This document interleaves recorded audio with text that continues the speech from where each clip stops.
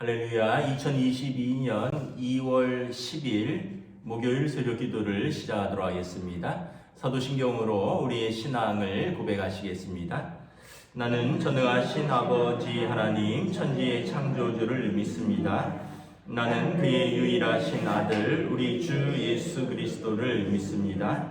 그는 성령으로 잉태되어 동정녀 마리아에게서 나시고 본디오 빌라도에게 고난을 받아 십자가에 못 박혀 죽으시고 장사된 지 사흘 만에 죽은 자 가운데서 다시 살아나셨으며 하늘에 오르시어 전능하신 아버지 하나님 우편에 앉아 계시다가 거기로부터 살아있는 자와 죽은 자를 심판하러 오십니다. 나는 성령을 믿으며 거룩한 공교례와 성도의 교제와 죄를 용서받는 것과 몸의 부활과 이 영생을 믿습니다. 아멘. 찬송가 381장 찬양하시겠습니다. 찬송가 381장입니다.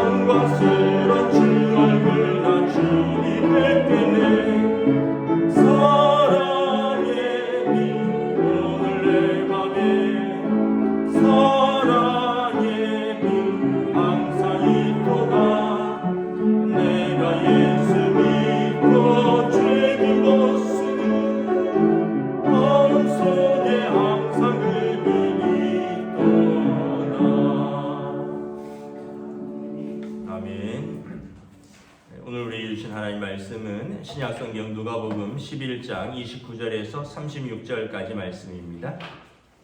누가복음 11장 29절에서 36절까지 말씀입니다. 다 찾으신 줄 알고 저와 여러분들이 한 절씩 교도하도록 하겠습니다. 누가복음 11장 29절에서 36절입니다.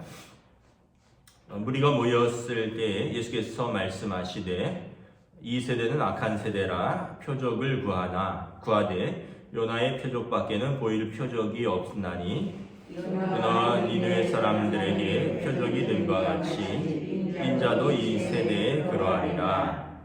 심판 때에 남방 여왕이 일어나 이 세대 사람들을 정죄하리니 이는 그가 솔로몬의 지혜로운 말을 들으려고 땅 끝에서 왔음이거니와 솔로몬보다 더 큰 이가 여기 있으며 심판 때에 니느웨 사람들이 일어나 이 세대 사람을 정죄하리니 이는 그들이 요나의 전도를 듣고 회개하였음이거니와 요나보다 더 큰 이가 여기 있느니라. 누구든지 등불을 켜서 꿈 속에나 말 아래 두지 아니하고 등경 위에 두나니 이는 들어가는 자로 그 빛을 보게 하려 함이라. 내 몸의 등불은 눈이라. 내 눈이 성하면 온몸이 밝을 것이요 만일 나쁘면 내 몸도 어두리라. 그러므로 내 속에 있는 빛이 어둡지 아니한가 보라. 내 온몸이 밝아 조금도 어두운 데가 없으면 등불의 빛이 너를 비출 때와 같이 온전히 밝으리라 하시니라. 아멘. 할렐루야. 오늘 또 새날이 시작되었습니다. 주님 주시는 은혜와 평강이 가득한 복된 날 되시기를 축복합니다. 오늘 말씀에 보면 표적이 아니라 예수 그리스도를 인자를 믿으라 말씀을 합니다. 29절에 보면 무리가 모였을 때 예수께서 말씀하시되 이 세대는 악한 세대라. 표적을 구하되 요나의 표적밖에는 보일 표적이 없다. 왜 자꾸 표적을 구하면 악한 세대가 될까요? 믿음이 아니라 자꾸 표적을 구하면 마음이 완악하다는 거예요. 마음이 완악하다는 것은 굳어져서 딱딱해서 이 믿음이 뿌리 내리지 못한다는 거죠. 계속 더 큰 표적, 더 큰 표적을 구한다는 거죠. 여러분, 그 사람은 어떤 자극을 받으면 처음에는 반응하는데 익숙해지면 그 다음에는 그 자극으로는 반응을 하지 않습니다. 더 큰 자극이 와야 돼요. 그 어렸을 때를 생각을 해보면 라면 한 그릇만 먹어도 참 감사했습니다. 그때는 뭐 라면이 그렇게 맛있을 수가 없었어요. 그러다가 짜장면은 1년에 뭐 몇 번 먹지를 못했습니다. 뭐 가족 생일 때라든가 누구 졸업이 있으면 그때 짜장면을 먹었죠. 뭐 저의 경우입니다. 서울에서는 어떤지 모르겠는데 이제 시골에 살 때. 그러니까 이제 라면도 귀한데 짜장면은 얼마나 귀하겠어요. 요즘은 짜장면 잘 안 먹어요. 짜장면은 정말 밥맛이 없을 때 먹지. 굳이 뭐 짜장면, 왜냐면 먹을 게 너무 많으니까 굳이 짜장면을, 물론 이제 어쩌다가 시켜 먹기도 하는데 짜장면 먹으면서 옛날처럼 막 감동이 있고 막 그걸 기다려지고 그렇지 않습니다. 왜냐하면 이제 점점 더 큰 자극이 오는 거니까. 이제는 뭐 짜장면 먹다가 이제는 탕수육 먹다가 뭐 다른 것도, 그러니까 이제 어떻게 보면 우리 감각이라는 것은 계속해서 더 큰 자극이 와야지 그걸 만족하는 거죠. 여러분, 만약에 예수님 믿고 우리의 삶의 표적이 계속된다, 그러면 우리 삶이 좀 이상해져요. 예를 들면 이런 거죠. 아이들이 공부를 안 해요. 공부 안 하고 기도만 해요. 그리고 하나님, 이번 시험에 몇 등 하게 해주세요. 공부를 안 했는데 내가 원하는 대학 가게 해주세요. 그러면 여러분, 이 사회가 뭐 요즘 뭐 공정과 상식 많이 이야기하는데 이 정상적인 사회가 되겠습니까? 여러분, 기도하면 병이 다 나요. 그러면 의사들은 직업이 없어져야 됩니다. 그럼 의사란 직업이 없어지고 약사란 직업이 없어지고 전국에 기도원만 생겨야 되죠. 여러분, 우리가 기도하면 뭐 사업이 다 잘 된다. 그러면 여러분, 이 땅에는 뭐 가난한 사람은 없겠죠. 그러니까 다시 말하면 뭐냐면 우리가 이 땅에서의 삶을 우리가 땀 흘려서 해야 되는 것도 있고요. 또 우리가 어떤 실패를 통해서 우리가 강해지고 배우는 것도 있는 거죠. 근데 실패가 하나도 없어요. 기도하면, 운동하면은 기도해서 금메달 따고, 그러면 다른 나라는 어떻게 되는 거예요? 기도 안 해서 뭐 탈락하거나 동메달 딴 겁니까? 그러니까 이런 식으로 돼버리면 사회가 이상해지는 거예요. 이 표적만 자꾸 구하면 뭐 뭐든지 1등 해야 되고 뭐든지 흥해야 되고 뭐든지 이제 자기 원하는 대로 되고 그러면 사회도 이상해지고 그 신앙도 건강한 신앙이 아니라는 거예요. 물론 이런 건 있겠죠. 열심히 하고 그리고 정말 꼭 필요한 때 하나님의 은혜가 있고 그 하나님께서 도와주시죠. 그런데 말했듯이 그냥 놀고 게임만 하고 잠만 자는데 이 대학에 가야 됩니다. 하나님 도와주십시오. 또 뭐 이런 것들은 하나님 보시기에도 옳지 않고 사람 보시기에도 옳지 않다는 거예요. 우리의 노력과 하나님의 때와 우리의 기도가 이렇게 맞물려서 역사하는 것이지 무리들은 뭐냐면 예수님을 믿을 생각은 없는 거예요. 더 큰 표정만 보여달라고 하는 거죠. 어제 본문에서 말 못하는 귀신 들린 사람이 이제 귀신이 쫓겨나고 말문이 트였어요. 그러니까 사람들이 모두 놀랐는데 더러는 귀신의 왕을 힘입어서 귀신을 쫓아낸다고 더러는 더 큰 표적을 보여달라는데 더 큰 표적을 보여달라는 얘기는 예수님을 시험하여 이르되 예수님을 믿기보다는 예수님을 테스트한다는 거죠. 그래서 여러분 사실 안진뱅이가 일어나는 것 이거보다 더 큰 기적이 어디 있습니까? 소경이 눈을 뜨는 것 이거보다 더 큰 기적이 어디 있습니까? 말 못한 사람이 말을 하는 것 이거보다 더 큰 기적이 어디 있습니까? 오병이요 물고기 이제 2마리와 떡 5개로 5,000명이 먹은 사건 이거보다 더 큰 기적이 어디 있어요?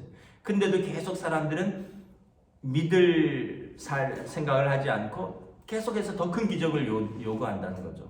아예 하늘에서 매일 모세가 그랬던 것처럼 하늘에서 매일 떡이 내려지기를 원한다. 일하기 싫다는 거잖아요. 일하지 않고 먹겠다는 거죠. 소경이 눈을 떴는데 이거보다 더 큰 기적이 어디 있어요? 귀신이 쫓겨나고 자유케 되었는데 이거보다 더 큰 기적을 계속 요구를 하는 거예요. 그래서 여러분 기적에 집착하는 신앙은 이게 무속신앙입니다. 이러면 미신적이 되는 거고요. 건강한 신앙이 아니에요. 우리는 물론 기적도 있지만 믿음은 예수님을 하나님의 아들로 인정하는 거예요. 예수님이 얼마나 답답하면 이렇게 말씀하십니다. 계속해서 이 세대가 표적을 구하는데 악한 세대라. 30절에 요나가 니느웨 사람들에게 표적이 된 같이 인자도 이 세대에 그러하리라. 이 세대에 보일 표적은 요나의 표적이다. 이게 진짜 인자가 오신 목적을 잘 드러낸다는 거예요. 그 뭡니까 여러분? 요나가 니느웨 성에 가기 전에 이제 배를 타고 가다가 이제 큰 물고기 뱃속에 들어갔다가 3일 만에 던져지고 요나가 이제 그 선지자로서 니느웨 성에 가서 회개를 선포하고 사람들이 이제 회개하고 구원을 받는 거죠. 요나의 표적, 그러니까 인자가 온 것은 요나의 표적입니다. 예수님께서 십자가에 죽으셨다가 3일 만에 이제 부활하시고 그리고 하나님의 뜻을 전하시는 거죠. 그래서 요나의 표적, 예수님이 십자가에 죽으시고 십자가의 속량이잖아요. 자기 백성의 죄를 짊어지는 것, 그리고 부활, 죄와 사망의 권세를 이기시는 것, 이게 이제 예수님이 오신 목적입니다. 자기 백성이 죄를 짊어지고 자기 백성을 하나님과 화해시키고 십자가의 속량이죠. 그리고 죄와 사망의 권세로부터 승리하는 것. 그리고 믿는 모든 우리들도 죄와 사망으로부터 승리하여 예수님의 부활에 동참하는 것. 이걸 믿는 것이 가장 큰 복음이죠. 근데 이 내용에는 관심이 없어요. 십자가에는 관심이 없어요. 그냥 당장 내 삶에서 뭔가가 표적이 일어나고 해결이 돼야 되는 거죠. 그러면은 여러분 예수님 믿는 게 정상적인 신앙이 아니에요. 십자가의 예수님을 안 믿는 거예요. 제가 언젠가 한번 농담처럼 한 이야기가 있는데 제가 그 미국에 있을 때 가족들하고 라스베가스로 휴가를 갔었어요. 그 휴가 가서 있다가 그 라스베가스가 이제 카지노가 유명한 곳이거든요. 그 신문에 보면 뭐 수백억 맞은 사람들 뭐 이런 사람들도 있고 그래서 좀 늘 경제적으로 빠듯하다 보니까 이제 집사람하고 허락을 얻어서 내가 100불만 한번 100불은 한 12만 원 정도 되는데 내가 한번 해볼게. 그래서 이게 이제 마음속에 좀 마음에 좀 어렵다 보니까 그런 마음도 들더라. 하나님 좀 도와주세요. 하나님 카지노 한번 터지게 해주세요. 아마 여러분들도 그런 마음이 있을 겁니다. 로또 한번 맞게 해주세요. 뭐 우리나라에 로또 파는 가게에 주말마다 줄이 쫙 쓴다 그러잖아요. 거기다가 뭐 1등이 한번 나왔다 그러면 그 집은 또 더 난리 난다면서요. 아마 그런 마음을 저도 이해를 합니다. 근데 5분도 안 돼서 이 100불이 기계로 쭉 들어갔는데 그냥 싹 잃어버렸어요. 근데 생각해보면 그걸로 가족들이랑 밥을 한 번 더 먹을 걸 괜히 했다 이런 마음이 드는 거죠. 그러니까 여러분 만약에 거기서 저처럼 그렇게 기도하면서 돈 넣는 사람 없겠어요? 아마 그러다가 패가 망신한 사람들 얼마나 많은지 모릅니다. 집 팔고 차 팔고 빚지고. 그러니까 여러분 하나님은 그런 하나님이 아니신 거예요. 그런 허황된 우리의 소망을 들어주시는 그런 하나님이 아닌 거죠. 그럼 교회 왜 다녀요? 다 기도하고 로또 맞고 기도하고 카지노 가고. 그러니까 여러분 이 표적을 구하는 세대는 정상적인 신앙생활을 할 수 없다. 그래서 계속해서 더 강한 표적, 그러다가 이단으로 가고 이상해지고 그렇게 되는 거라는 거죠.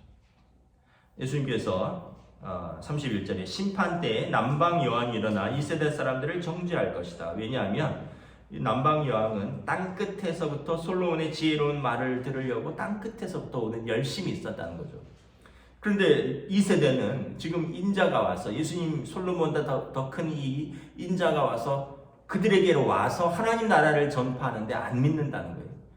이방 여왕은 솔로몬에게 지혜를 얻으려고 그 땅 끝에서부터 오는 열심이 있는데 오늘 하나님의 아들이 이 땅에 오셔서 하나님 나라를 선포하는데 정작 자기 백성은 듣지 않는다는 거예요. 그러니까 심판 때에 이 이방 여왕이 일어나 너희들을 심판할 것이다. 32절에 보면 심판 때에 니느웨 사람들이 일어나 이 세대 사람들을 정죄할 것이다. 니느웨 사람들도 이방 나라죠. 요나가 가서 하루 동안 거닐면서 회개를 선포하니까 너희가 회개하지 않으면 하나님께서 이 성을 심판하리라 했더니 이 사람들이 그 왕부터 짐승까지 다 회개했다 그랬어요. 그런데 오늘 이 세대 사람들은 세례 요한도 오고 하나님의 아들이 와서 회개를 선포해도 전혀 반응이 없다는 거예요. 악한 세대라는 거죠. 우리가 여기서 두 가지를 알아야 됩니다. 첫째는 심판 때가 있다는 거예요. 마지막 때가 있다는 겁니다. 그래서 기회가 주어질 때 이 기회에 회개를 하고 기회가 주어질 때 말씀을 듣고 믿어야 된다는 거예요. 우리가 아이고 그때 가봐야 알지 뭐 하나님 나라가 천당이 있는지 없는지 하나님이 살아계신지 안 계신지 지금 모르잖아. 가봐야 아는 거 아니야? 혹시 모르니까 그냥 하나 믿어도 우리 마치 암에 걸릴까봐 그냥 보험 하나 들어두듯이 그때 죽어서 혹시나 그러면 안 되니까 그냥 하나 교회 한번 다녀봐. 이런 믿음이라면 여러분 심판 때에 하나님께서 책망하신다는 거죠. 두 번째는 뭐냐 하면 열심히 말씀을 듣고 회개하고 그때 하나님 나라가 임한다는 거예요. 우리 삶에 중요한 것은 표적이 아니라 말씀을 듣고 회개하고 변화되어 새로운 삶이 되는 것이 이게 가장 중요한 거예요. 말씀을 듣지도 않고 그러니까 말씀이 내 마음에 와도 이걸 그 말씀을 받아들이지도 않고 반응하지도 않고 그러면 회개할 수도 없고 그러면 말씀을 들어도 회개도 안 되고 변화의 새 사람도 되지 않는다는 거죠. 그러면 심판 때 오히려 니느웨 사람들보다 이방 여인보다 못한 사람들이 되는 것이죠. 그래서 기억해야 될 것은 기회가 계속 주어지는 것이 아니다. 하나님의 심판의 때가 있다. 기회가 주어질 때 우리가 이 복음을 붙들어야 된다는 것입니다. 그러면서 예수님께서 이제 등불을 우리 영혼의 눈에 비유해서 말씀하십니다. 누구든지 33절에 등불을 켜서 움속이나 말 아래 두지 아니하고 등경 위에 둔다. 등불은 요즘 전기를 켜지만 예전에는 이제 등불을 켜죠. 그래서 등경 위에 둔다는 것은 등불을 올려두는 그런 곳입니다. 등불을 들고 와서 집 안에 들어와서 이렇게 높은 곳에 이렇게 등경 위에다 이렇게 걸어두기도 하고 놓아두기도 해야죠. 그래야지 들어가는 사람들이 그 빛이 온 집안을 비춰서 밝게 빛나는 거죠. 등불을 어디 뭐 책상 밑에 둔다거나 어디 뭐 감춰진 곳에 두면은 밝게 빛나지 않는 거죠. 마찬가지로 내 몸의 등불은 눈이라는 거예요. 근데 이 눈은 우리의 그냥 육신의 눈이 아니라 영혼의 눈을 말하는 것입니다. 내 눈이 성하면 온몸이 밝을 것이요. 이것도 마찬가지죠. 사실 육신의 눈도 여러분 밝아야지 우리가 다치지 않죠. 뭐 예를 들어서 시력이 나쁜데 안경이 없다든지 또 백내장이 잔뜩 끼어서 뿌옇다든지 그러면 이제 잘 분별을 못하니까 부딪히고 넘어지고 다치는 거죠. 그 눈도 밝아야지 온몸이 성하듯이 우리의 영혼도 우리의 영의 눈도 밝아야지 우리의 그 영혼 우리의 천인격이 밝아지는 것입니다. 우리 눈이 어두우면 넘어지고 다치고 어두운 것처럼 우리 영혼의 눈이 우리 영의 눈이 뜨이지 않으면 우리가 몸은 살아있는데 영은 어둡다는 거예요. 진리에 대한 분별, 참과 거짓에 대한 분별, 또 육신의 정욕, 안목의 정욕, 이생의 자랑, 죄에 대한 유혹 여기에 대해서 우리 눈이 밝지 않으니까 우리가 계속 죄 가운데 들어가는 것입니다. 그러므로 내 속에 있는 빛이 어둡지 아니한가 보라고. 또 우리의 영의 눈도 있지만요. 우리 안에 빛도 있습니다. 성령의 빛이죠. 그래서 여러분 로마서 8장에 보면 성령께서 우리 영과 더불어 우리가 하나님의 아들인 것을 증거한다. 우리의 영의 눈이 뜨여져 있고 성령의 빛이 만날 때 우리의 삶이 변화되는 것입니다. 성령님, 하나님의 영, 예수 그리스도의 영, 진리의 영이신데 그분이 오셨는데 우리의 영이 어두우면 거절하거나 아니면 순종하지 않는 거죠. 그러면 어떻게 돼요? 성령이 소멸된다 그러잖아요. 근데 우리가 우리의 영의 눈이 밝아서 예수 믿고 성령님이 오셔서 우리가 성령님에게 반응하고 성령님에게 순종하면 계속해서 우리는 충만한 상태가 되는 거죠. 그러면 우리 삶에 성령의 열매가 맺히는 거죠. 그래서 우리 속에 있는 빛이 어둡지 아니한가 보라. 성령 충만한가. 성령의 빛이 소멸되지 않는가 보라.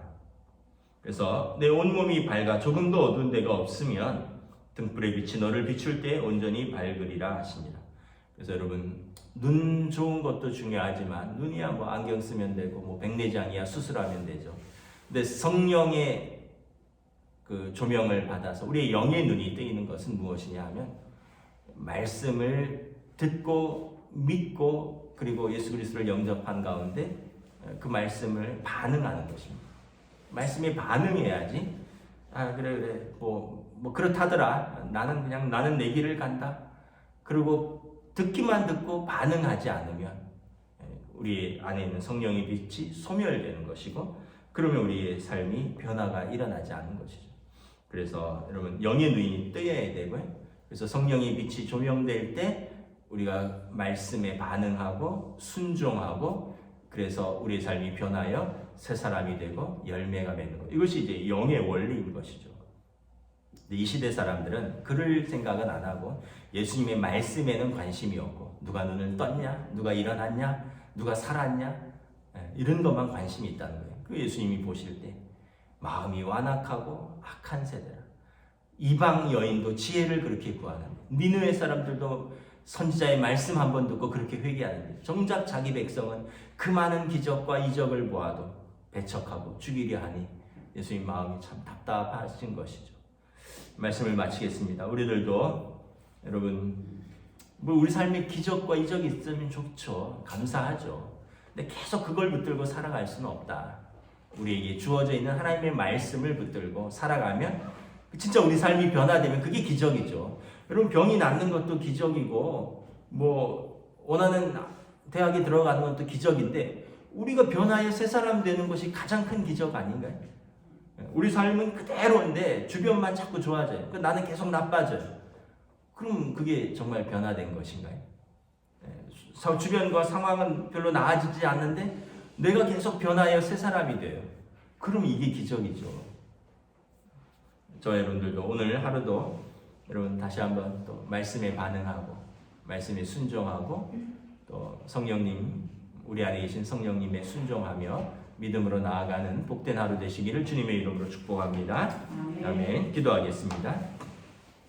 하나님 은혜를 감사합니다.